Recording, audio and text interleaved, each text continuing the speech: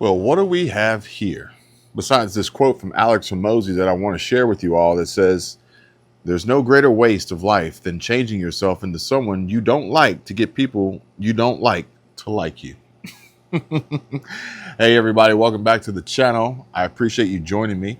And I appreciate you all taking the time and opportunity to give Chapter a call, our partner and sponsor for free Medicare help and free Medicare advice, to ask them a simple question of, can I save money on my Medicare? The number's on the screen, 270-467-2426. There's a link in the description and in the pinned comment. You can visit them at www.askchapter.org/Kevin. That's Kevin, or just dial 270-467-2426. Tell them Kevin sent you and ask them, how much money can I save on Medicare? What are my options? Ladies and gentlemen, we have an exclusive here from none other than JD Vance. Let me get a big thumbs up if everybody watching is a fan of JD Vance, or perhaps maybe in the comment section, just drop a JD. Let me get a feel, a gauge of the room. Now, he's got some choice words here for a now departed Elon Musk, co-president, as the media would call him, and leader of Department of Government Efficiency. What he has to say is extremely important.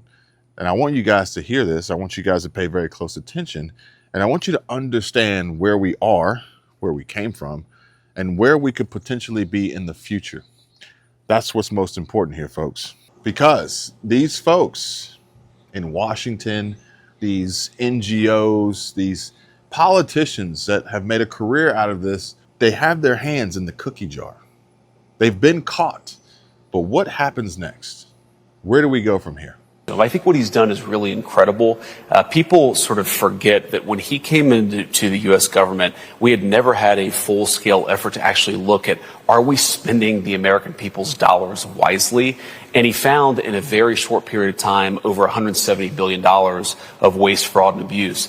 I think there's also an effort by the media to sort of say the Elon era is over.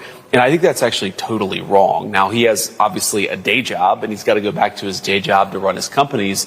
But the Doge effort will continue. Elon will continue to be an important advisor for both me and the president. And most importantly, the job of making the government more efficient, of not wasting people's money, that has to continue. I think it's one of the most important mandates that we got from the American people. We're going to keep on executing on that mandate. And speaking of stealing, waste, fraud, and abuse of taxpayers' money, I want you guys to see this. We're never free. We're never free. There's a system that keeps us inside of a system.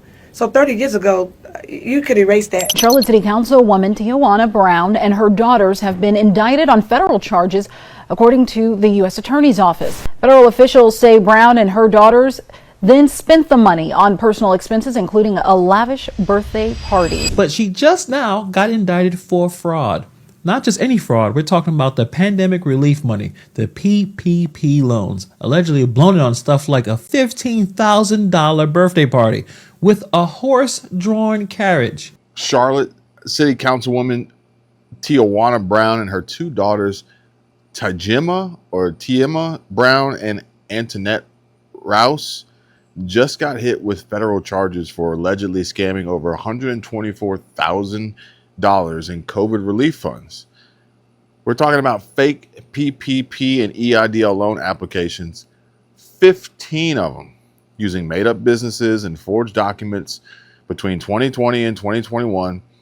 And what they do with all this money, all the cash, well, prosecutors say they blew it on personal stuff, like a $15,000 blowout for Tijuana's 50th birthday, complete with a horse-drawn carriage and red carpet vibes. Talk about living large in a pandemic. For some, Tijuana's story is inspiring. She was elected in 2023, the first formerly incarcerated person on Charlotte's council. Back in the 90s, she did 4 years for bank fraud, but she turned her life around, started a nonprofit called Beauty After the Bars to help women leaving prison, and became a community advocate. People loved her comeback, but now the feds say she's back to her old tricks. What's the old saying? You can take... Never mind. I'm not even going to do it. Brown and her daughters pleaded not guilty. They didn't have to post bail, just gave up their passports. I mean, they let her out. It's not like she stabbed somebody in the heart. That would be self-defense, right? Tijuana's still doing her counsel job and even works at American Airlines.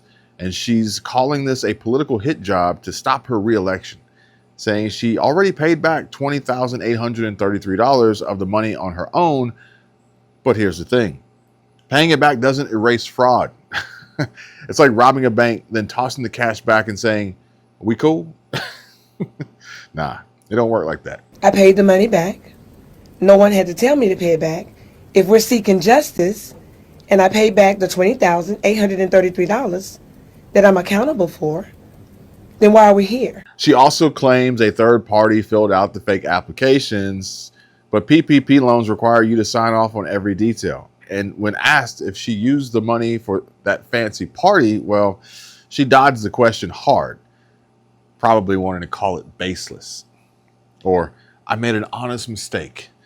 Take a page out of Big Tish Letitia James's book, right? How are you feeling right now? I'm still very well respected. How are you feeling following the hearing?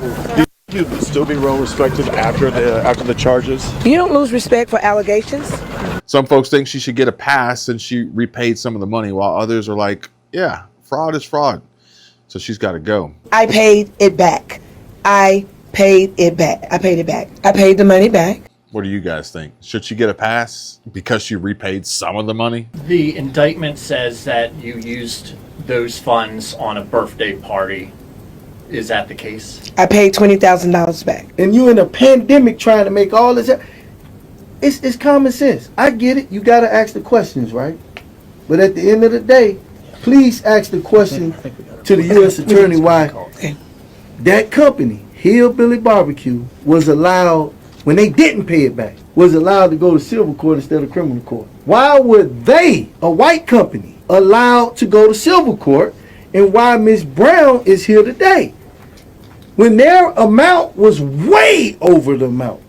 I think that's a fair question. Her lawyers are ready to fight it at trial, and while she could face up to 40 years, experts say it'd be likely under 2 if convicted.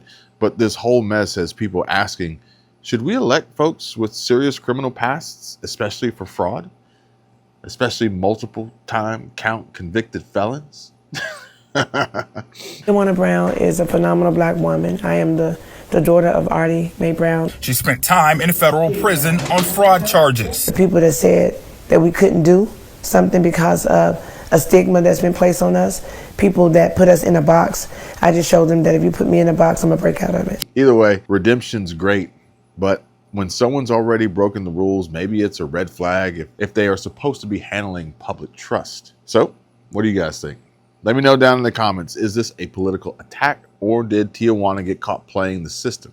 Drop your thoughts in the comments and let's talk about it a little bit more on the next video. Thanks for watching. See you guys on the next one.